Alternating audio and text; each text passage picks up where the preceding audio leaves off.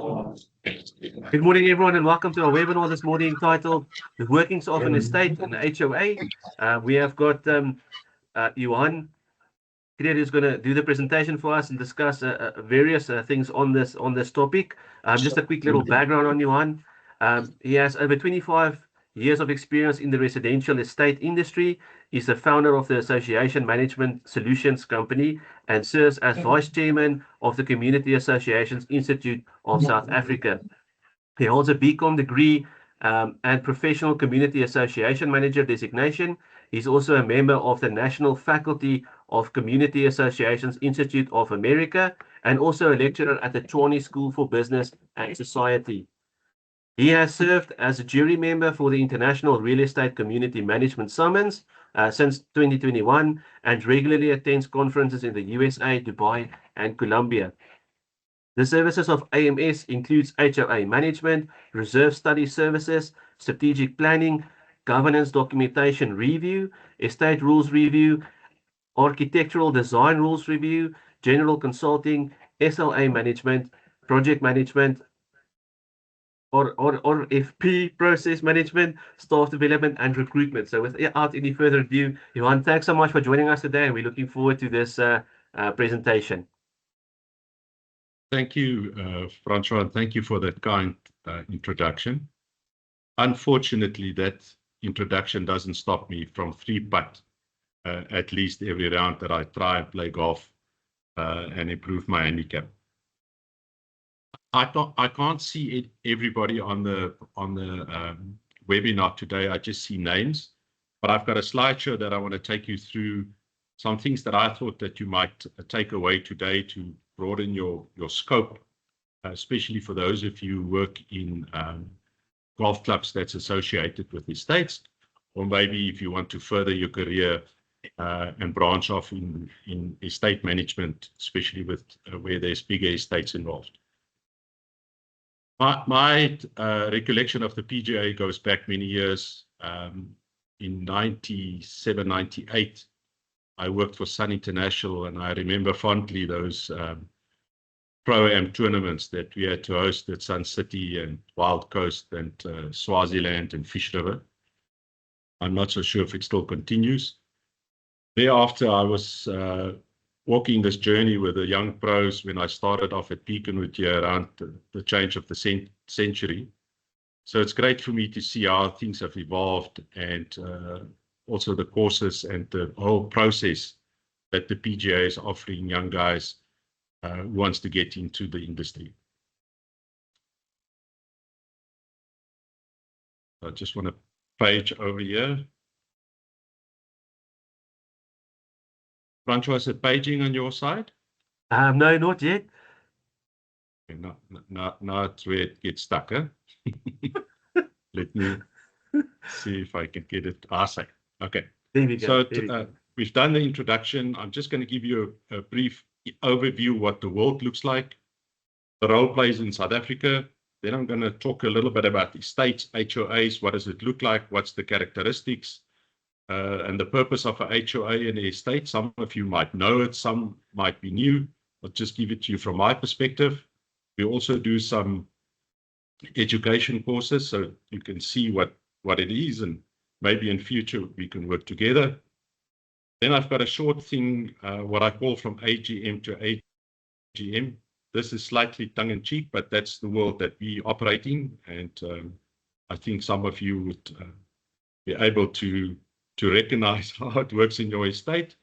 And my last slide is hopefully there's some questions, and hopefully in future the let's call it the estate or the residential industry and the PGA of South Africa can work a bit closer together. So if we look at it at the international overview, we work closely with our counterparts in America. There's an organization called the Community Associations Institute. They've got 52,000 members in America. They operate in 22 countries around the world. They divided America up in 61 chapters, and they've got 3 international chapters, one being South Africa, Canada, and the Middle East. Very active in the Middle East, Dubai, Abu Dhabi. those countries around Dubai. There's a map view of the countries that CAI is involved with. Where I'm involved with the Community Associations Institute of South Africa. We, as I said, we're an international chapter, and we share best practices on a weekly basis with our friends and counterparts and colleagues all over the world. I didn't prep a slide on it, but as a excuse me, as a side note, when there's a conference in either Dubai in America, they call the G10 or the G20 or the G8, and they invite countries all over the world to do presentations at the conference, either via link or those who present at the conference. So there's a lots of knowledge share and learning from friends and colleagues around the world, especially around community associations. If we look at South Africa, I've just listed you a few names and I'll go through it that plays a role in our world. The first one being the Community Associations Institute of South Africa. It's a membership-driven organization. There's ARC, the Association of Residential Communities, also divided the country into chapters, and they also provide best practices and leadership to the estates that's affiliated with them. There's RCC, the Residential Community Council, focused mainly on legislation and assist estates around legislation. And I'll give you two practical examples. The RCC has approached the courts for a declaratory order with the PPRA, that's the old Estate Agency Affairs Board, where the estates used to charge a fee for estate agents to operate within estates. Quite a controversial issue for some people, but RCC, for instance, approached the courts on that. And yesterday, I attended a workshop with the guys, the regulator of the POPI, the personal information. And there's a big drive from them to stop not just estates, they call it catered to communities, but others to use driver's licenses as a form of access to an estate. They say it's not according to the Act, and they asked for comments and feedback from the industry yesterday. So that's around RCC. NAMA, that's the National Association of Managing Agents, and I'll explain when I go into the different entities. I'll explain their role. SIRA, that's the Security Information Regulator. Every security guard in South Africa needs to be registered with SIRA. Even if you consult or you do work in the security industry as a consultant or those kind of things, you need to be registered with SIRA. Our Ombud, CSOS, the Community Scheme Services Ombud, they were created about 13 years ago to assist estates and also members, that you don't have to go to court every time if there's a dispute about levies or barking dogs or speeding, things like that. There's COMASA, that most of you are familiar with, the PGA of South Africa, and Golf RSA. That's sort of the role players in estates, especially with estates with golf courses, where there's clubhouses, food and beverage, and so forth. If you then move on to an estate or HOA, there are two main legal entities that houses are registered within. One is a homeowners association or property owners association, or just the association. It's a non-profit company, it's an NPC. The directors that gets elected on an annual basis. We are governed by the Companies Act. And there's a specific section in the Companies Act about non-profit companies. The membership is mandatory. You don't have a choice. If you live in the estate, you must be a member of the association. And we refer to it as a contractual agreement between the HOA and the member. So all the rules and the MOI, and I've got a slide on it, is based on a contractual agreement between the owner and the homeowners association, and you pay monthly levies to the homeowners association. And I've got a slide on what those levies should go for. The other legal entity that's quite active in the residential communities are sectional title, mainly trustees. They're governed by the Sectional Title Act. Their membership is also mandatory, and you also pay levies. Big estates freehold 9 out of 10 times in HOAs, and smaller complex in sectional title. If you go to an estate and you look at the legal status, we fall under the Companies Act and be governed by our Memorandum of Incorporation, or generally referred to as the MOI. Under the previous Companies Act, it was Articles of Association, and around about 2010, it changed to a MOI, or a Memorandum of Incorporation.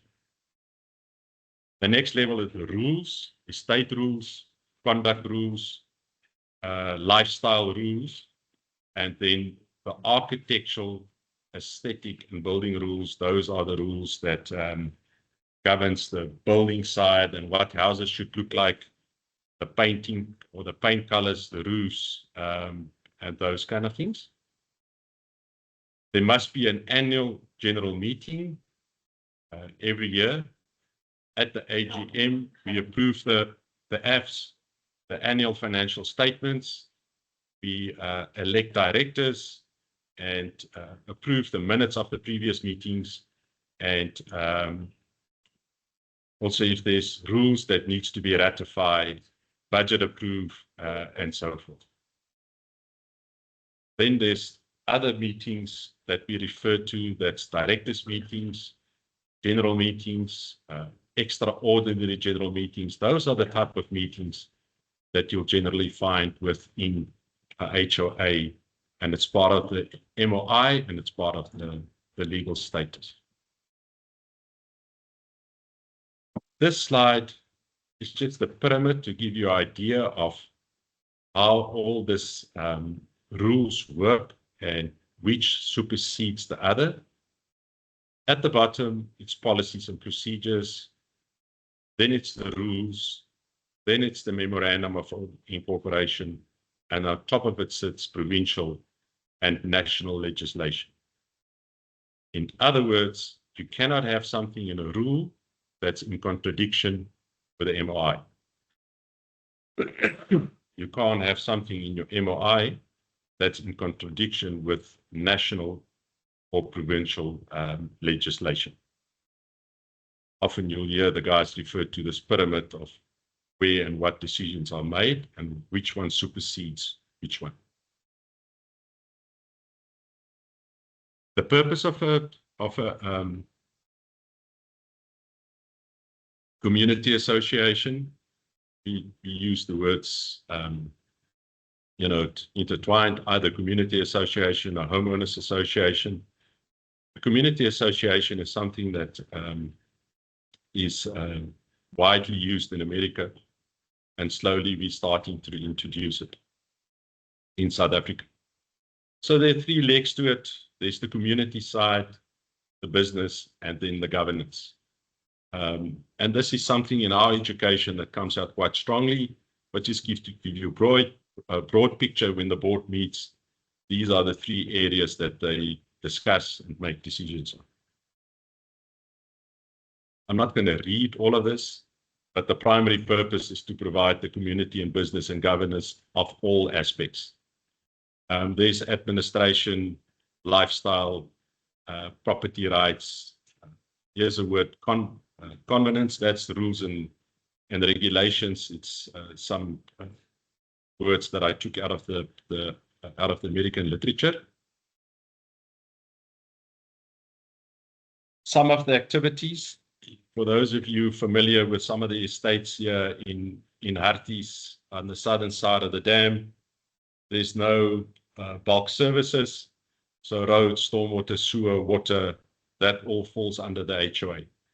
Some of the estates that I'm involved with, boil water goes to a plant. We clean that water up and pump it under pressure back onto the estate. Maintenance, most of the guys got maintenance teams that does landscaping, road maintenance, painting, street lights, things like that.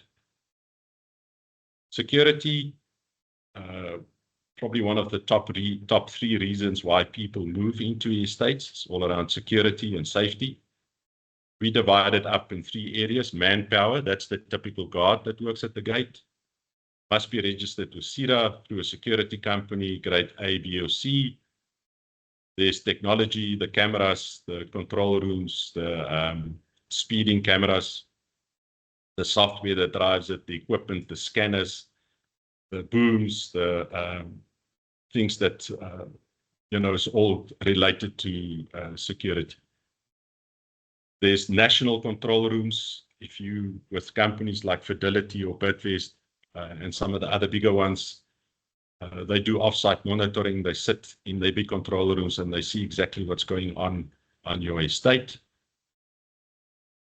On the financial side, some estates insource, some outsource finances, levies, monthly management accounts, debtors. We see a big thing in estates now with debtors people can't afford, don't pay their levies, so you have to approach the courts and sell properties to get your money back. Legal, HR, communications, from WhatsApp to emails to SMS, Telegram. Environmental issues, landscaping. We deal a lot with local authorities, if they answer the phone. Aesthetics, building control, sports clubs and amenities, especially sports clubs around the PGA and Kumasa. We deal with roles and responsibilities, committees that we all like so much, committee meetings, and then big thing in our world, requests for proposals. We don't like the word tenders. We refer generally to a request for proposal for security, for the outsourcing of the pro shop, the golf course maintenance, the landscaping maintenance, all those kind of things. That's it, Francois, to you and the guys on the webinar. I've tried to create a picture from internationally, then to South Africa and what happens on the estate.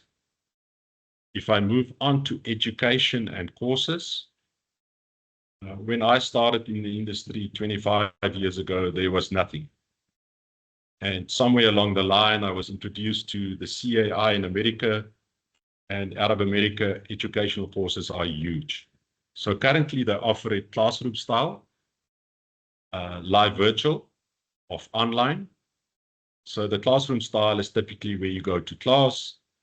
The live virtual is where you've got a facilitator via Zoom or Teams, and you attend a session for 4 hours, go through all the work, and at the end you take an online exam. And online, what they offer is you register, they send you the literature, and you work it through on your own time, and you take the exam for the different courses.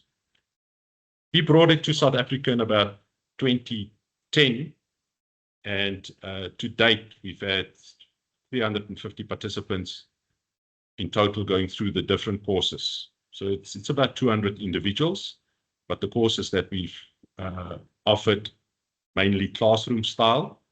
And out of America, you can get designations and certifications. So education is a big thing, and we can see the advantages the moment the estate managers has gone through the different courses in South Africa. My next slide is just the different courses that we offer. And these courses are not just for estate managers. I have had lawyers, accountants, town planners. I've had guys that work in the golf industry that has attended some of these courses just to broaden their horizon. I think I can remember in 2013, one of my star students in the class was a young gentleman by the name of Jeff Claus, all the way from St. Francis Links. He and Liesel attended one of the courses. So if you attend the M100 course, there are 4 components. It's the legal side, financial management, facilities management, and management and leadership. The next level of courses that we do, where we drill into it a bit, we call it the M200 courses. Facilities management, we do something in communications, leadership, governance, risk management, and this risk is more around insurance and financial management. Not going to make the participants auditors and accountants, but they get a pretty broad picture of how financial management works. If you do all these courses and you apply, you do a study, and then you get the designation, what they call the PCAM, or the Professional Community Association Manager. That's the pinnacle. In the world, there's about 2,500 to 2,800 that manage to get to the PCAM. In South Africa, I think we're 3 or 4 that manage to get this designation. That's around the education. We do a classroom style. We're going to branch out now to live virtual. I must just get the last information out of our friends from America, and we're going to offer these courses in South Africa live virtual, because our challenge is, if I do the course, and most of the courses I do at Peekanoot, it's easy for me. It's quite expensive for the guys to travel from Cape Town or from Natal to attend. So that's around the education. We've touched internationally, we've touched locally, we've touched the estates, gave you some background on education. My next one is more of a tongue-in-cheek, but I'm sure you can all associate with this. And I call it from AGM to AGM. And this is really our world. And sometimes the club professional at the estate, if there's a golf course, sees this play out, and it's also got an impact on you. So what normally happens at the AGM, they elect the directors. According to the Companies Act, 1/3 of the board of directors must step down every year. They're then available for re-election. There's normally between 8 and 10 board meetings a year until the next AGM. First board meeting, the estate manager generally survives because new board members, they've got the long knives out. Then the new board starts to change service providers. They're not happy with this guy. They're not happy with this guy. They don't like the previous projects. They re-examine them. They want to cancel them. They want to put their stamp of approval on how things should be run. And then the next step is they realize it's start for the new budget, because it's almost time for the next AGM. When it gets to staff increases and bonuses, the new board says, no, we're not happy with how the staff performs. And at the same time, the residents groups start to flare up on Telegram and WhatsApp, and the new palace revolution starts. Legal action starts between board members and residents who want to sue the board, and a vote of no confidence. They want to settle old scores. Directors don't like it. They start to resign. Next AGM, repeat. I cannot tell you how often I see this movie playing out at the estate. And what we find is where there's estate managers with a bit of experience, been there a little bit longer, sound good foundation. At least this doesn't repeat itself every year. But this is probably the biggest challenge that we have in our industry. Then in terms of the PGA of South Africa, I think the PGA has got a far bigger role to play in estates, especially when there's a golf course, than it has to date. Because there's lots of synergy between the club pro or the golf professional and the estate manager or the general manager to make sure that everything works clockwork. Sometimes you report to the board, sometimes you report to a committee, you get funded by the levies or subsidized by the levies. And I think it's just time for us to move closer and share a bit more notes and make sure that we can serve our members, which is golf club members and members of the HOA, far better than we've done to date.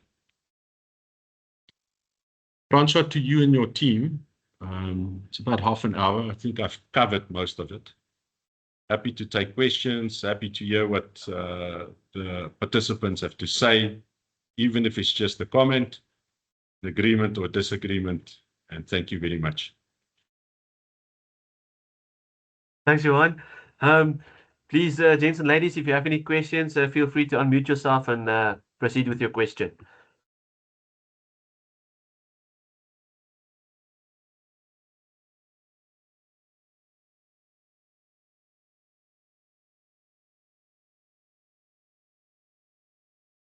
And I think from my side, it was really interesting. I haven't really had the opportunity to deal with all these types of stuff. So tough for me to ask some questions, but I'm sure there's a few guys and ladies out there that do have some stuff. In order from the PGA's point of view, in order to sort of work together and all that stuff, do you have a few additional tips? Maybe we can start with that. Help your estate manager not to three-putt. I think that will go a long way. No, I'll share a real story with you. It's maybe not a tip, but many years ago, when I managed a specific estate, it wasn't the relationship between the golf course owner and the homeowners association wasn't great, and that's a typical setup at most estates. So me and the general manager of the golf club at the time, is a golf professional, a well-known guy in the industry. We said, let's at least between the two of us have a very good, solid working relationship. And we entered together as in the knockouts as a bettable team, just to show the residents that at the top level that there's working relationship between management. And I think for both sides of the aisle, if you can call it that, it went a long way to see that the ownership or the developers might have a difference, but we on the ground that's got to make things happen, work closely together. Reach out to your general manager if you're in a golf club. Work together, because ultimately you share members and the gossip. Either they complain about the general manager or they complain about the slow greens or the bunkers. Work together. I think it goes a long way. And if it's necessary, or if you want to, happy to come to your estate or your golf club and try and facilitate, for us to work closer together, because we're in the same boat. We same members, same people. Thank you. Thanks, Johan.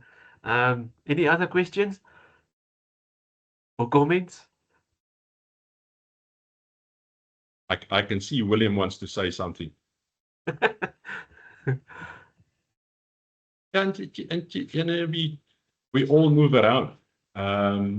I follow quite a number of you guys on LinkedIn.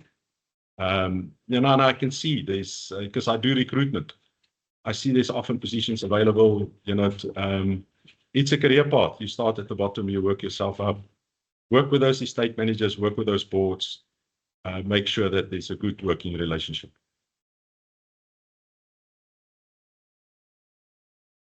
Thanks, Johan. Maybe just another comment or maybe some advice. I think especially for the younger guys and ladies starting out with their sort of pathway into the whole industry. What sort of advice would you have for someone starting in the golf section in the pro shop, working their way up to director of golf and potentially general manager? What sort of advice would you have for someone like that to be successful, if and when the opportunity comes along to become a general manager for that matter? Francois, I'm slightly compromised because one of those youngsters is my son. I am super proud, guys. I cannot tell you how proud I am that one of my kids decided to make a career out of golf, and he just started the journey. So if you're a youngster, don't leave those assignments until 8 o'clock, and the deadline is 12 o'clock that night. Start early. Now,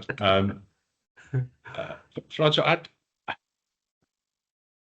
for me, this big thing about the silos, it's we need to break these silos down. If you're a youngster, and in 2099, when I started at Beacon, the club professional was Rob Selly. The youngsters was Greg Petzer and Jason Totus, and there's many of them that came afterwards, including Dietrich, that's today the CEO of the PGA. I could see those guys. It was not just about taking green fees and stock take and late hours and trying to play golf. The guys that go the extra mile, understand how the estate works, go and do a little bit extra. Move out of the silos, understand how things work on your estate. And I'm talking especially around estates. I know a typical golf course is different, but don't accept, my job description says stock take or taking green fees or being a PGA, apprentice. Broaden your horizon. When I sit with directors and when I do recruitment, and if they look for a general manager, and there's a specific estate that's going through it now. The general manager, after 17 years, he's resigned. He's retired. Now they've got a golf course, they've got a hotel, they've got an HOA. Who's the next chap? Who's the next leader there? Now they look at the PGA guy, they look at the homeowners association guy, and at the end they take the guy that knows the most about security and finances. And if that guy is a PGA professional, they'll take him. So broaden your horizon. Get involved with security. Get involved with the other stuff. Because ultimately, if you can be the GM of, and I'm picking names here, the CEO of a Dane firm or Copperleaf, doesn't have to be somebody from the HOA. It can be a golf professional, like Jeff Claw showed us at St. Francis Links. The CEO of St. Francis Links, more than just, about golf. I hope it helps. Thanks, Johan. Any other questions or comments? Yes, you let me off lightly today, I think, Johan, just from our side, thanks so much for today. We really appreciate it. I'm sure if there's some questions afterwards, is there some method or way that they can contact you? Yeah, easy. I mean, I can share it. What I'll do is I'll send you this proposal, or this, not a proposal, the presentation. And I'll put my email address and my cell phone number on there. Happy to share. Thanks so much, Johan. I appreciate that. And thanks for the opportunity. I just thought maybe there's one or two guys that can take, something away from today about HOAs and estates. Thanks so much, Johan. We appreciate that. Also, thanks to everyone that came to watch. We really appreciate that. And then we'll see everyone, obviously, at the next one. All of the best for the rest of the day and the week. And enjoy the rest of your day. Thanks, Johan, also. And enjoy your day too. I'm going to practice my putting now. we have some PGA pros that can give you some quality tips, eh? I know, and I've been with all of them, but sometimes it's between the ears, huh? Thank you, Francois. Thanks, guys. Enjoy your day. Thanks, Thanks everyone. Bye. Bye bye.